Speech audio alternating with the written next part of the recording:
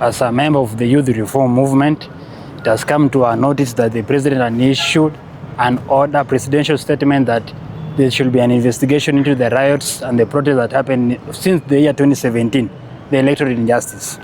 But in this country, since we are students of history, we are aware that when the Mzungu left, the colonizer left, the Mau Mau, there was a commission to divide these lands of Mzungu to the Mau Mau. To date, the Mau Mau, they have never received their justice. In 1998, when there was a bomb blast in Kenya, last week, I don't know if it was last week or this week, these bomb victims, they're still in court looking for the justice. So how sure are we that this time there will be a compensation for the rioters and the protesters? But it has come to also to our notice that it could be a way the president is trying to maneuver away from the US investigation. We read last week that the Senate of the US is investigating the protester in Kenya. So could this be a way that the government of Kenya is trying to buy time? That when the US will send the investigation partners in Kenya, they will say it's a work in progress. We don't know the legibility of this work. Is it clear?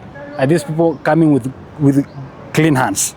So, Makau Mutua, we know now you are a happy man, and we know your account is going to fatten in the coming days. And I want to assure fellow Kenyans, if you'll be compensated, then you have to be those who among them were viral, their death was viral. And we can count whose deaths were viral.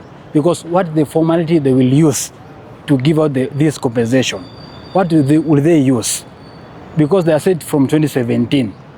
What documentation will it be used? So we know it's a way, it's a strategy by the government to buy time and to escape the wrath of the US.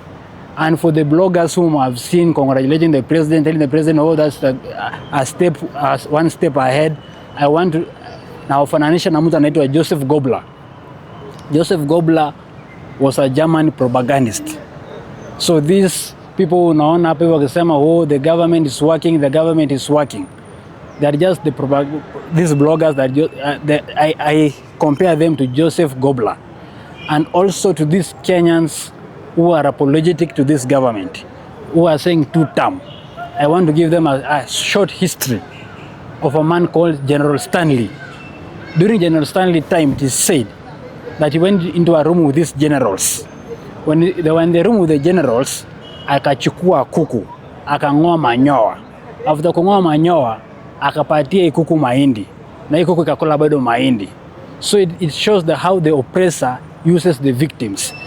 Wanyanyase, alafu wapatie pesa kidogo. There is called women empowerment through Hustler Fund. This thing is not working. This thing of empowerment, it is not working. If our memory serves us right, walianza na kitu tunaitwa Thanksgiving, and they saw Thanksgiving never bore any fruit. Wakakuja kwa kitu tunaitwa women empowerment. And I want to challenge every Kenyan citizen. Ask this your women representative. They have a fund called NGAF, National Government Affirmation Action Fund. Ask them how are they using to inure the youth, the disabled, and women at their county level. These women rep are using this man with their cronies to fatten their accounts. They are not using it anywhere. Even this Hustler Fund, if it could be truly working, this Hustler Fund ingekuwa inafanya kazi.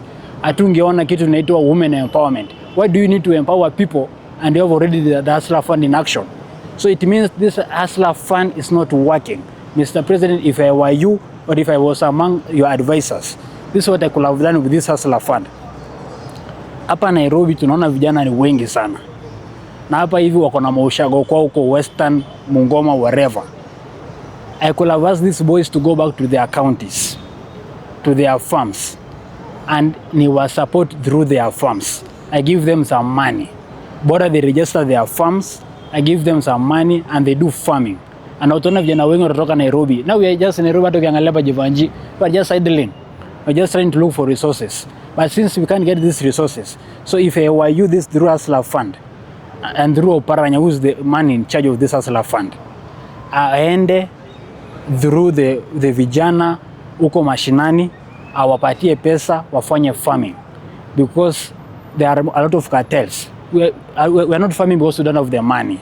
And ukienda kwa hustler fund, as for me, I was given 100 shilling. Now 100 shilling surely itanisaidia wapi? So Mr. President, first of all, to those people who are apologetic to this government, I'm here to tell you sorry. Kama nyinyi ndo nile kuku Stanley Lingoma nyoa, sio sisi wote. For us, we'll stand and protect. But how sure are you that how sure are you that nothing will happen? That you're saying e-commission from 5-member commission that has formed. How sure are you that it won't work? And President Ruto said that he benefits from the experiences of the past presidents. He benefits of working under them. So that means maybe he has an alternative of how he can compensate these victims. So if there is a goodwill from the government, angeanza through compensation wale walibomoa 1998, because also those people are seeking compensation. And if there is a goodwill of the government, the President Ruto should summon his battalions, these propagandists like Mudavadi, Sudi, and the others, they know themselves, who are giving the opinion that they want the will of the people will not be expressed in 2027. So hapo ndo president angeanzia, angesema wale watu wanasema wataiba kura, they're on their own, they're not speaking for me. That's the starting point, not the commission. Yes. But don't you think that is a freedom of speech? For example, the likes of Oscar Sudi, when they speak, why does everyone assume that they're speaking on behalf of President William Ruto? Because President Ruto is first of all, before President Ruto became the president, he was a party leader of UDA, and he commands UDA members, and there is always a majority, a whip of government in the house. So these people can be whipped, but because they're the peacocks of the government, nothing can be done to them. And you have said again, this is their freedom of speech. Your freedom of speech should not lead to my victimization. Where your freedom starts is where mine ends. No, it's where yours ends is where mine starts. And even in this commission, they were just said about rioters and protesters. What about business people? How will they be compensated? Yes. What is the framework? We want to know the framework. What I am telling you and what I can assure you, it's just a few people whose bank account will be fattened. Yeah, and congratulations to them. We'll be having a new millionaires. We had a new Arabe stars, there are new millionaires in town. Very soon we'll have again another millionaire.